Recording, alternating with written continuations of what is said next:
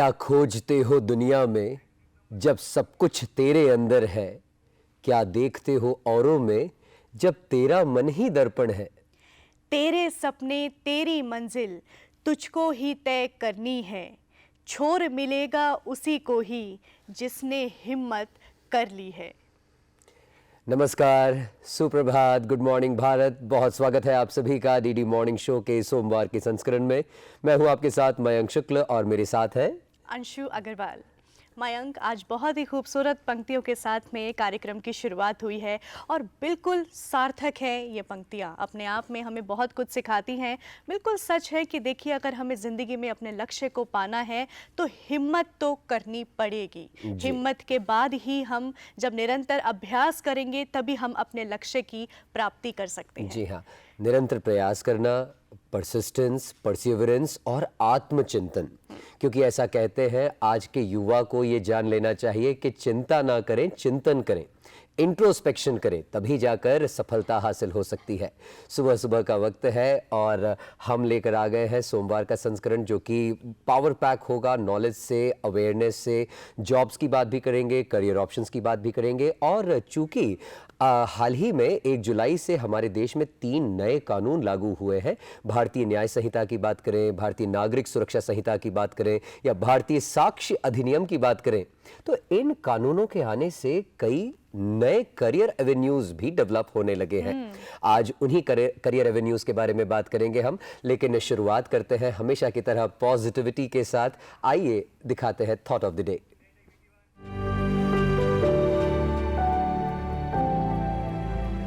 नई पीढ़ी के युवाओं का स्किल डेवलपमेंट एक राष्ट्रीय जरूरत है।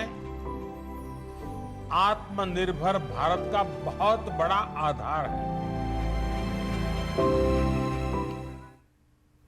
आत्मनिर्भरता की तरफ बढ़ता एक और कदम हमारे देश में लिए जा रहे हैं और ये बहुत ही अच्छी पहल, बहुत ही अच्छी शुरुआत की जा रही है। और देखिए, हमने सुविचार देखा, पढ़ा और हमें कुछ ना कुछ सीखने को हर किसी से कुछ ना कुछ मिलता है। लेकिन अगर हम बात करें अपने इतिहास की, तो इतिहास को हमें कभी नहीं भूलना चाहिए मयंक, क्योंकि इतिहास हमें बहुत कुछ सिखाता है। ये हम हमेशा हमारे मंडे एडिशन में या हमारे डीडी मॉर्निंग शो में हमेशा ही हमारे व्यूअर्स के साथ में इस बात को कहते हैं। तो आइए देखते हैं क्या है आज का इतिहास। वक्त हो चला है द डे इन हिस्ट्री का। 15 जुलाई सन 1916 में आज ही के दिन एरोस्पेस कंपनी बोइंग की शुरुआत हुई थी। आज ही के दिन 15 जुलाई सन 1903 में भारत रत्न सम्मानित स्वतंत्रता सेनानी, सुधारवादी राजनेता और तमिलनाडु के मुख्यमंत्री के कामराज का जन्म हुआ था। महावीर चक्र से सम्मानित ब्रिगेडियर मोहम्मद उस्मान का जन्म 15 जुलाई सन 1912 में आज ही के दिन हुआ था। वे भारत और पाकिस्तान के प्रथम युद्ध 1947-48 में शहीद हुए थे। उन्हें नौशेरा का शेर भी कहा जाता है। आज ही के दिन 15 जुलाई सन 1909 में भारतीय स्वतंत्रता सेनानी, वकील, सामाजिक कार्यकर्ता और राजनीतिज्ञ दुर्गाबाई देशमुख का जन्म हुआ था। 15 जुलाई सन 2015 को पहले विश्व युवा कौशल दिवस के मौके पर भारत के तत्कालीन प्रधानमंत्री श्री नरेंद्र मोदी ने कौशल विकास योजना की शुरुआत की थी। इस बार की थीम है शांति और विकास के लिए युवा कौशल। बृहन मुंबई विद्युत आपूर्ति एवं परिवहन उपक्रम बेस्ट द्वारा बंबई में पहली बस सेवा आज ही के दिन 15 जुलाई सन 1926 को बंबई के अफगान चर्च और क्रॉफर्ड मार्केट के बीच चली।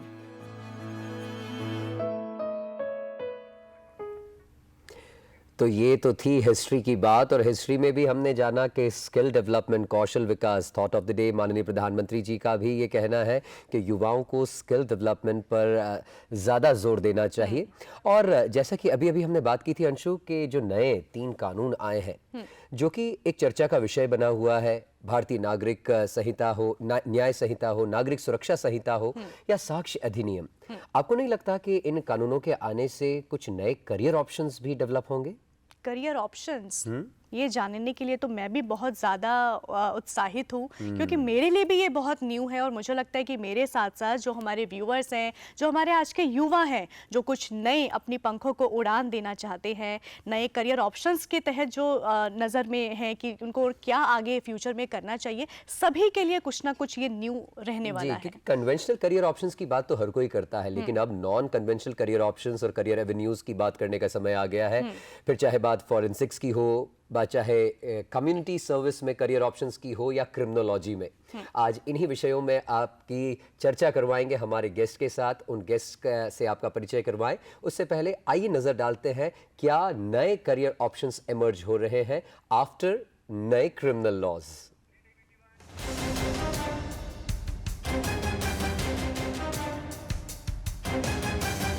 1 जुलाई 2024 को भारत में 3 नए आपराधिक कानून लागू किए गए। ये हैं भारतीय न्याय संहिता BNS 2023, भारतीय नागरिक सुरक्षा संहिता BNSS 2023 और भारतीय साक्ष्य अधिनियम BSA 2023। इन कानूनों के पीछे भारत सरकार का उद्देश्य दंड से न्याय की ओर लेकर जाना है। इसी उद्देश्य को बढ़ावा देने के लिए BNSS कानून के अंतर्गत कम से कम 7 साल की सजा वाले अपराधों के लिए फोरेंसिक जांच अनिवार्य की गई है। इस प्रावधान से फोरेंसिक साइंस की फील्ड में उछाल देखने को मिल सकता है। भारत में कुल 7 सेंट्रल, 32 स्टेट और 106 रीजनल फोरेंसिक साइंस लैब्स हैं।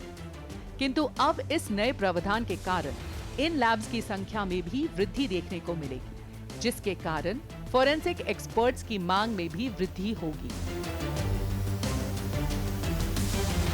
BNSS के एक प्रावधान के अनुसार हर फोरेंसिक जांच की वीडियोग्राफी अनिवार्य कर दी गई है। इसी के साथ इस फील्ड में भी वृद्धि देखने को मिलेगी।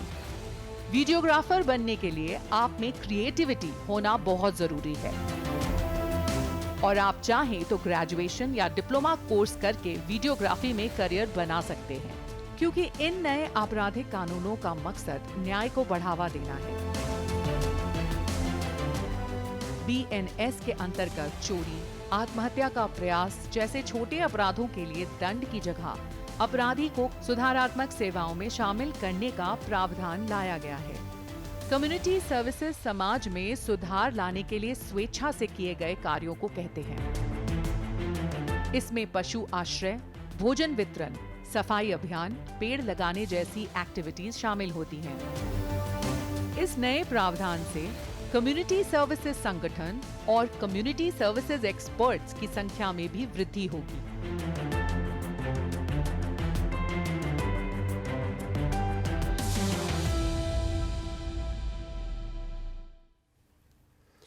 यानी फॉरेंसिक साइंसेस, साथ ही कम्युनिटी सर्विस, सोशल वर्क में बहुत सारे करियर ऑप्शंस, नए आयाम स्थापित होने जा रहे हैं। और आज इसी विषय में आपकी चर्चा करवाएंगे हमारे सब्जेक्ट एक्सपर्ट से। बिना किसी देरी के आइए आपका परिचय करवा देते हैं। आज हमारे साथ स्टूडियो में मौजूद हैं डॉक्टर प्रशांत चौहान साहब। आप एसोसिएट प्रोफेसर हैं, MIT यूनिवर्सिटी नोएडा से आते हैं। आपका बहुत स्वागत है सर DD मॉर्निंग शो में। साथ ही दूसरे गेस्ट हमारे साथ मौजूद हैं डॉक्टर राजीव सिंह जी। आप गलगोटिया यूनिवर्सिटी से हैं सर। बहुत स्वागत है DD मॉर्निंग शो में। साथ ही अगर आपके मन में कोई प्रश्न है, कोई संशय है, कोई क्वेरी है जो आप फॉरेंसिक से संबंधित, कम्युनिटी सर्विस करियर ऑप्शन से संबंधित हमसे साझा करना चाहते हैं, कोई प्रश्न पूछना चाहते हैं, तो ये कार्यक्रम फोन इन रहने वाला है। आप हमारा टेलीफोन नंबर जरूर नोट कर लीजिए, जिस नंबर पर कॉल करके आप सीधे अपने प्रश्न पूछ सकेंगे। 011 दिल्ली का STD कोड लगाइएगा। नंबर है 23097532। ये नंबर आपने नोट कर लिया है। अगर आपके मन में कोई प्रश्न है फॉरेंसिक साइंस में करियर ऑप्शन से संबंधित, कम्युनिटी सर्विस में करियर ऑप्शन से संबंधित, तो आप सीधे कॉल करके अपने प्रश्न पूछ सकते हैं हमारे गेस्ट से।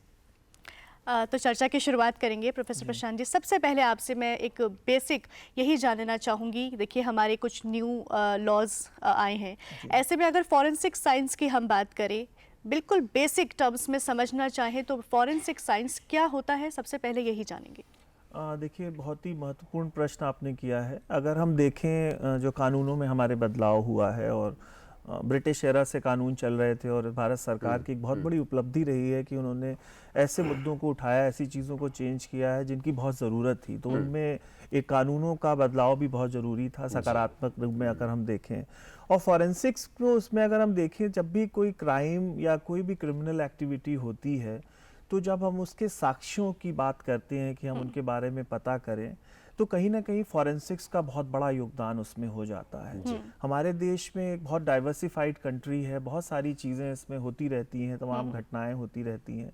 तो उसको देखते हुए अगर आप देखें तो चाहे वो कोई एक्सीडेंट हुआ हो या कोई किसी का आत्महत्या किसी ने की हो या कोई मर्डर हुआ हो, उस दृष्टि से जब हम किसी भी क्राइम सीन पे जाके सबसे पहले जो साक्ष्य को जुटाना होता है, उसमें फॉरेंसिक्स की बड़ी उपयोगिता है और जो कि अब बहुत तेजी से बदल भी रही है। अगर हम देखें तो पहले खाली हम ऐसी घटनाओं को देखते थे जो एक जगह पर हो रही हैं, जहाँ पे भी क्राइम हुआ है, लेकिन अगर हम देखें तो अब डिजिटल फॉरेंसिक्स का भी स्कोप बढ़ा है, जिसमें कि email, social media, laptop, mobile phones, इन सब चीज़ों पे भी हमें उन तथ्यों को जानकारी लेने का प्रयास करते हैं जिससे कि घटना हुई है। तो कुल मिला के अगर ओवरऑल अगर हम देखें तो फॉरेंसिक्स बेसिक जो साक्ष्य हैं उनको जुटाने की एक प्रक्रिया है।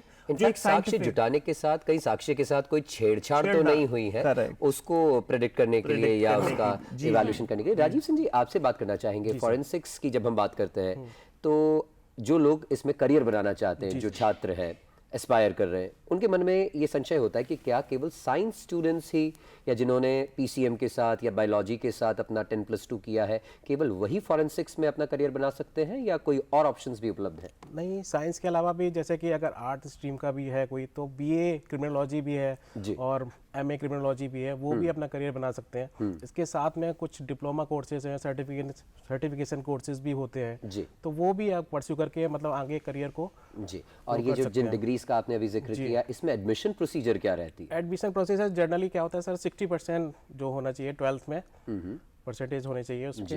तो कोई एंट्रेंस एग्जाम? एंट्रेंस नहीं होता है, वो डिपेंड करता है यूनिवर्सिटीज पे कि वो एंट्रेंस करा रही है या फिर डायरेक्ट एडमिशन के थ्रू हो रहा है। प्रशांत जी, आपसे मैं जानना चाहूँगी, जैसे कि मयंक जी ने इनसे सवाल पूछा कि करियर ऑप्शंस की हम बात कर रहे हैं और हमारा बेसिकली सेगमेंट भी हम अपने व्यूअर्स को यही बताना चाह रहे हैं कि फॉरेंसिक साइंस और कम्युनिटी सर्विस में क्या बच्चों के लिए करियर ऑप्शंस हो सकते हैं, तो इसके बारे में थोड़ा सा और विस्तार पूर्वक मैं जानना चाहूँगी। हाँ, तो अब अगर हम देखें भारतीय न्याय संहिता को या जो नए हमारे कानून आए हैं, डेफिनेटली उसमें नई संभावनाएं बढ़ी हैं। जैसा कि अभी ऑलरेडी हमने इसमें बताया कि अब कुछ जगह मैंडेटरी हो गया है कि फॉरेंसिक टेस्टिंग और लेना कुछ तथ्यों को मैंडेटरी हो गया है।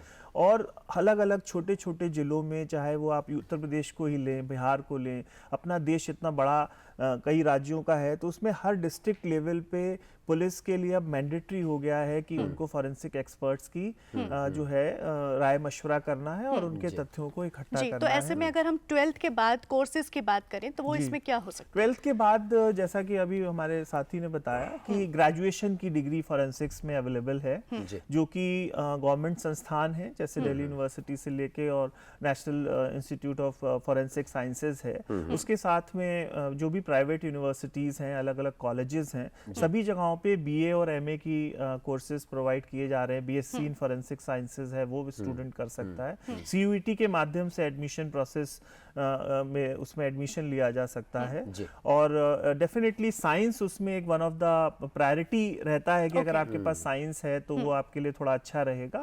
लेकिन अगर नहीं भी है तो आर्ट साइड के लोग भी, जैसा कि एक सोशल वर्क की डिग्री भी है, उसमें करेक्शनल सेटिंग और फॉरेंसिक सोशल वर्क पे आर्ट साइड के स्टूडेंट उसको लेके उसका काम कर सकते हैं। सोशल वर्क की बात चूंकि निकली है प्रशांत जी, चूंकि हमने जाना कि कम्युनिटी सर्विस भी एक पनिशमेंट की तरह भी इन्वॉल्व किया गया है हमारे नए क्रिमिनल लॉज में और इसका स्कोप भी बढ़ता नजर आ रहा है, तो कम्युनिटी सर्विस में करियर ऑप्शंस क्या क्या हो सकते हैं?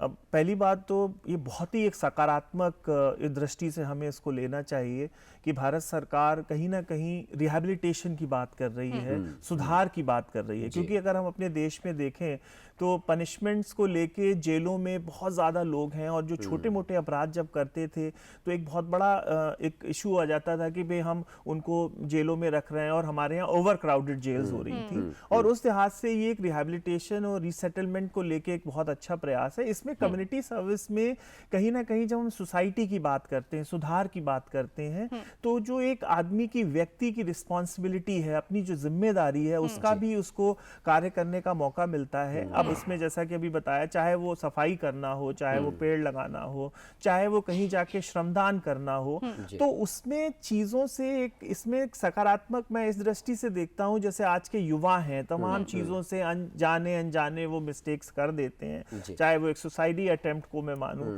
तो उसमें उनको एक अपने आप को चेंज करने के लिए सुधार के हिसाब से, रीसेटलमेंट या करेक्शनल के माध्यम से, ये एक बहुत ही अच्छा स्टेप है। और इसका इम्पैक्ट हमें धीरे धीरे सोसाइटी में देखने को मिलेगा, क्योंकि ये पहले विदेशों में था, वेस्टर्न कंट्रीज में इसका था, और इसको जब हमने अब देखें तो हमारे यहाँ इसका बहुत सुधार होगा, यानी और सोसाइटी को भी फायदा मिल जाएगा, और जिसने कुछ अपराध किया किया है, अपराधी, उसको भी अपना- कहीं ना जी, कहीं जी। ग्लानि और जो गिल्ट महसूस कराना है। जी। राजीव सिंह जी, आपसे जानना चाहेंगे, जैसे फॉरेंसिक्स की बात चल रही है, मान लीजिए मैं स्टूडेंट हूँ और मैं फॉरेंसिक्स में कोई डिग्री कोर्स करना चाहता हूँ, करियर बनाना चाहता हूँ, मुझे आखिरकार कार्य क्या करना होगा?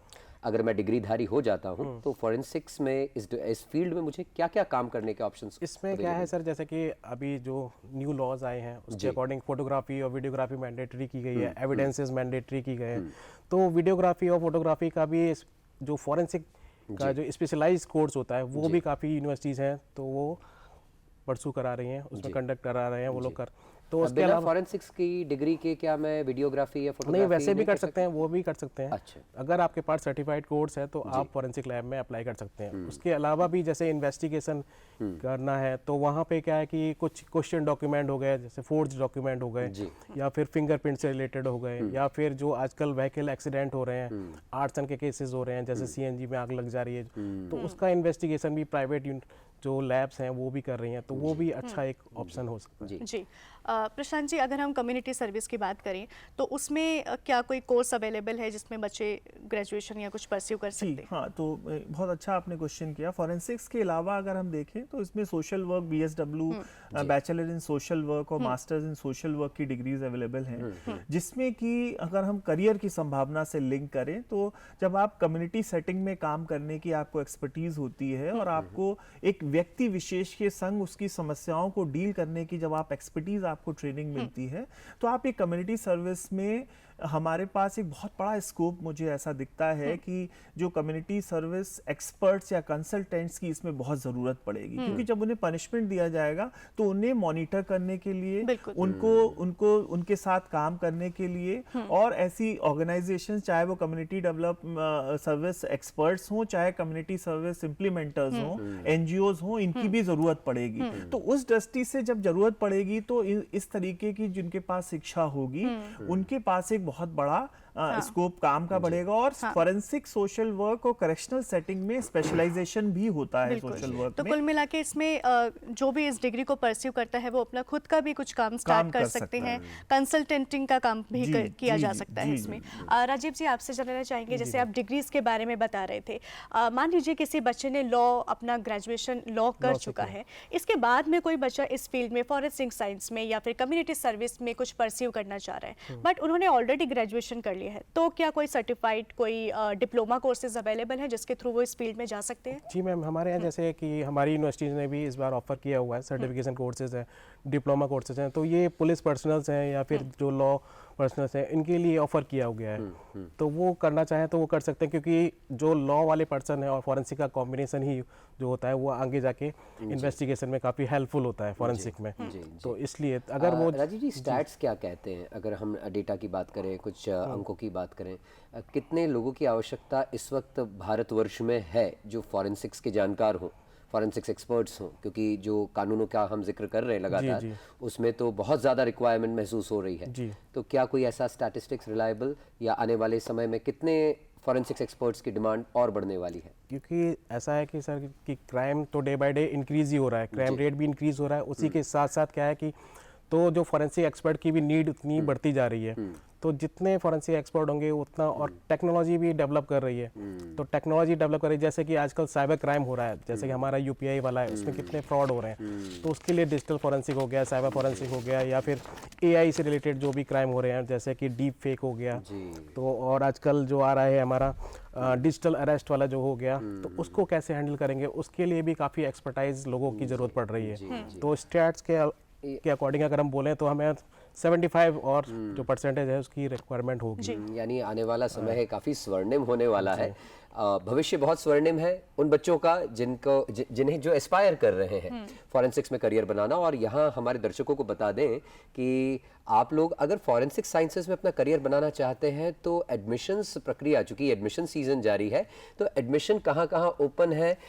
हाल ही में हमें पता चला Uttar Pradesh state institute of forensic sciences Lucknow में, जिसकी लास्ट डेट एप्लीकेशन करने की 21 तारीख लास्ट डेट है, जी। और बहुत सारे कोर्सेज यहाँ अवेलेबल है। बीएससी, एमएससी फॉरेंसिक साइंस में 5 ईयर इंटीग्रेटेड प्रोग्राम रहता है ये, मयंक, और सीयूईटी के थ्रू भी आप इसमें कर सकते हैं, नीट 23, 24, सीयूईटी, यूजीसी। और साथ ही अगर इंजीनियरिंग बैकग्राउंड से हैं या इंजीनियरिंग में करियर बनाना चाहते हैं तो BTech, MTech, computer science and engineering, cyber security, ये ऑप्शन भी उपलब्ध है यहाँ पर। साथ ही बीएससी एलएलबी साइंस ग्रेजुएशन के साथ साथ आप लॉ का ग्रेजुएशन भी परस्यू कर पाएंगे। साथ ही एमएससी फॉरेंसिक साइंसेज जो 2 इयर्स प्रोग्राम है Uttar Pradesh state institute of forensic science Lucknow में उपलब्ध है। MTech program artificial intelligence and data sciences, specialization in cyber security, इन कोर्सेज में भी आप करियर बना सकते हैं। लास्ट डेट मत चूकिएगा। साथ ही एलएलएम अगर आप लॉ में मास्टर्स डिग्री परस्यू करना चाहते हैं criminal law and criminal justice administration में, तो ये 1 साल का प्रोग्राम यहाँ पर आपके लिए उपलब्ध है। हमारी बातचीत लगातार जारी है डॉक्टर प्रशांत और डॉक्टर राजीव सिंह जी से। प्रशांत जी, आपसे जानना चाहेंगे एब्रॉड अपॉर्चुनिटीज़ की अगर बात करें, विदेश में अगर फॉरेंसिक साइंसेस या फॉरेंसिक एक्सपर्ट्स की बात करें तो क्या एवेन्यूज़ या क्या ऑप्शंस, अपॉर्चुनिटीज़ उपलब्ध है? नहीं, आपने बहुत अच्छा प्रश्न किया। आई थिंक मुझे ऐसा लगता है कि अपने भारतवर्ष का जो हमारा जो माइंड है, जो ग्लोबली बहुत एक्सेप्टेड है, आप इसको मानेंगे, और कहीं ना कहीं हमारे एक्सपर्ट्स की या जो हमारे जितने भी जो युवा है, जो शिक्षित वर्ग है, उसकी डिमांड विदेशों में हमेशा से रही है। हमने प्राय देखा है कि उसमें 2 एस्पेक्ट्स हैं। एक तो ये है कि आपने ग्रेजुएशन या मास्टर्स यहाँ से कर लिया, और अगर आप फर्दर अपनी कोई स्पेशलाइजेशन को करना चाहते हैं तो आप बाहर जाके पढ़ाई तो कर ही सकते हैं, साथ में आपको करियर के ऑप्शंस वहाँ थोड़े से और बेटर मिल सकते हैं। इस दृष्टि से कि पहले तो हम यही कहेंगे कि हमारे यहाँ बहुत हैं और किसी को भी पहले एक्सप्लोर यही करना चाहिए, लेकिन इंटरनेशनली भी तमाम ऐसे देश हैं जहाँ पर क्योंकि वहाँ पहले से ये चीज़ें बहुत ज़्यादा काम इस पे हो रहा है, तो उसको देखते हुए वहाँ एक्सपर्ट्स की ज़रूरत रहती है। और हमारे यहाँ के एक्सपर्ट जो बच्चे पढ़े हुए हैं उनको बहुत अच्छे करियर ऑप्शंस मिले हैं और वो वहाँ पे कर रहे हैं, अपना नाम, देश का नाम रोशन कर रहे हैं। विश्व गुरु तो हम हैं ही जी, तो वो उसका लोहा मनवाते ही रहेंगे। राजीव जी, आपसे जानना चाहूँगा कि चूंकि अब फॉरेंसिक्स में बूम आने वाला है, तो क्या जो फॉरेंसिक रिलेटेड इक्विपमेंट्स मैन्युफैक्चरर हैं उन सेक्टर्स, उन इंडस्ट्रीज में भी बूम आएगा? हाँ, क्योंकि नीड जैसे बढ़ रही है, जैसे जैसे क्राइम रेट बढ़ रहा है, एनालिसिस वाला जो पार्ट बढ़ रहा है, तो एनालिसिस के लिए जैसे टॉक्सिकोलॉजी होता है, फॉरेंसिक टॉक्सिकोलॉजी, तो वहाँ पे डिफरेंट इंस्ट्रूमेंट की रिक्वायरमेंट होती है जी। और जैसे फॉरेंसिक बायोलॉजी हो गया, डीएनए फिंगरप्रिंटिंग हो गया, तो इनके साथ जैसे बैलिस्टिक्स हो गया, फायर आर्म एनालिसिस हो गया, तो और एक्सप्लोजिव एनालिसिस हो गया, तो उनके लिए इंस्ट्रूमेंट की रिक्वायरमेंट होती है। अभी जो रिक्वायरमेंट हमारे पास है, जैसे कि हम बेस लेवल पे चल रहे हैं, हमारे पास वर्जन, अगर सपोज माने कि वर्जन हमारे पास 1 है, तो वहाँ फॉरेन में अगर वर्जन 5 चल रहा है या 10 चल रहा है, तो उसके लिए जैसे अगर हम, क्योंकि हमारे पास अगर ट्रेस अमाउंट में भी अगर कोई एविडेंस मिलता है, हम यहाँ पे पूरी तरह से उसको एनालाइज नहीं कर पाते हैं, तो उसके लिए इंस्ट्रूमेंट एनालिसिस, इंस्ट्रूमेंट की रिक्वायरमेंट बढ़ेगी। और क्योंकि हमें हाई लेवल की जो सेंसिटिविटी लेवल चाहिए, तो क्योंकि हम ट्रेस लेवल तक भी जा सके। कनेक्शन और इंटीग्रेशन तो सभी का एक दूसरे से रहता है। तो क्या इससे आईटी सेक्टर में भी या आईटी ग्रेजुएट्स या आईटी की पढ़ाई करने वाले बच्चों के लिए भी स्वर्णिम भविष्य है? आईटी वाले भी कर सकते हैं, क्योंकि जैसे साइबर का इंक्रीज हो ही रहा है, तो उसमें साइबर और डिजिटल या फिर साइबर सिक्योरिटी से रिलेटेड हो गया, एआई से रिलेटेड हो गया, एआई एमएल या मशीन लर्निंग जो भी है, तो ये बच्चे ग्रो कर सकते हैं इसमें अच्छा तो खासा। अल्टीमेटली सारे ही ऑप्शन सारे ही सारे। करियर के जो बच्चे हैं इसमें अवेल कर सकते हैं। प्रशांत जी, आपसे मैं जानना चाहूँगी कि हम करने करियर की बात करें, अगर इसमें जॉब्स के बारे में बात करें तो हमने जैसे एवी क्लिप में भी देखा कि वीडियोग्राफर्स की इसमें ज़रूरत है और डिजिटल इसको कर दिया गया है, तो कहाँ कहाँ इसमें हम जॉब्स अपॉर्चुनिटी कहाँ हो सकती है, किस नहीं, डिपार्टमेंट में हो सकती जी, है? तो जैसे अभी आपने बात की इसमें के साथ में अलाइड, जैसे आपने प्रश्न किया अभी, तो मुझे लगता है कि एक बहुत बूमिंग एरिया आने वाला है। और हम जो कन्वेंशनल चीज़ों से ना पढ़ के अगर कोई भी छात्र इस एरिया को चुनता है, इस कोर्स को, इस प्रोग्राम को या इस स्किल को, तो उसमें बहुत सारे स्कोप आ सकते हैं। क्योंकि किसी भी एक कार्य को करने के लिए बहुत सारे अलाइड चीज़ों की ज़रूरत होती है। तो जैसे वीडियोग्राफी या फोटोग्राफी की ही बात हुई है, मेरा मानना है कि जैसे एक अच्छी रिपोर्ट लिखने वाला, रिकॉर्डिंग करने वाला, ऐसे लोगों की भी जरूरत पड़ेगी। काउंसलिंग के सेक्टर में भी इसकी जरूरत पड़ेगी, क्योंकि कम्युनिटी सर्विस और इन चीजों से जब हम लिंक कर रहे हैं तो वहां पे एक अच्छी काउंसलर्स की भी आवश्यकता आगे आने वाले समय में पड़ेगी। जितने लॉ ग्रेजुएट्स हैं उनके लिए तो इसमें बहुत स्वर्णिम भविष्य मुझे दिख रहा है, क्योंकि वो प्रैक्टिस के साथ में अपनी अगर कोई एड ऑन डिप्लोमा या सर्टिफिकेट कर लेते हैं, क्योंकि देखिए हम खाली हमें दिल्ली या एक बड़े उसके हिसाब से नहीं देखना चाहिए शहर के जो छोटे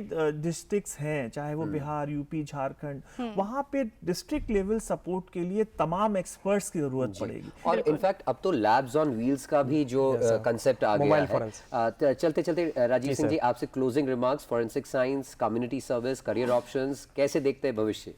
भविष्य सर ये उज्जवल होने वाला है, क्योंकि फॉरेंसिक का ऐसे जो बोला कि बूम आने वाला है फॉरेंसिक की जॉब्स का।